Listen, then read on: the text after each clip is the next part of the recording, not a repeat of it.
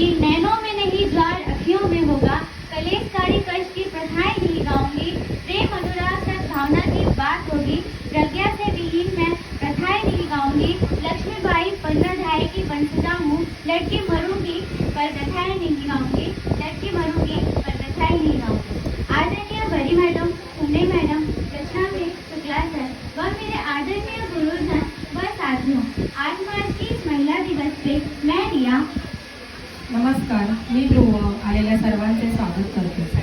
8 मार्च रोजी सर्वांचे स्वागत आहे।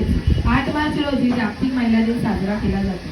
हा दिवस महिलांसाठी खास मानला जातो। परंतु तुम्हाला माहित आहे का 8 मार्च रोजी हा दिवस का साजरा केला जातो? या मागचा नेमका उद्देश तरी काय आणि महिला दिनाची सुरुवात कशी झाली? महिलांसाठी 8 मार्च हा दिवस विशेष मानला जातो। त्यांच्या समान हक्कांना आणि समानतेला हा दिवस प्रोत्साहन देणारा असतो। त्यांच्या कामगिरीवर प्रकाश टाकतो आणि महिला सक्षमीकरणाला प्रोत्साहन देतो। या दिवशी विविध ठिकाणी सांस्कृतिक कार्यक्रम आयोजित केले जातात। तसंच आपणही हा सांस्कृतिक कार्यक्रम आयोजित केला आहे। जगभरातील महिलांना सामाजिक, आर्थिक आणि राजकीयदृष्ट्या सक्षम बनवण्यावर भर दिला जातो।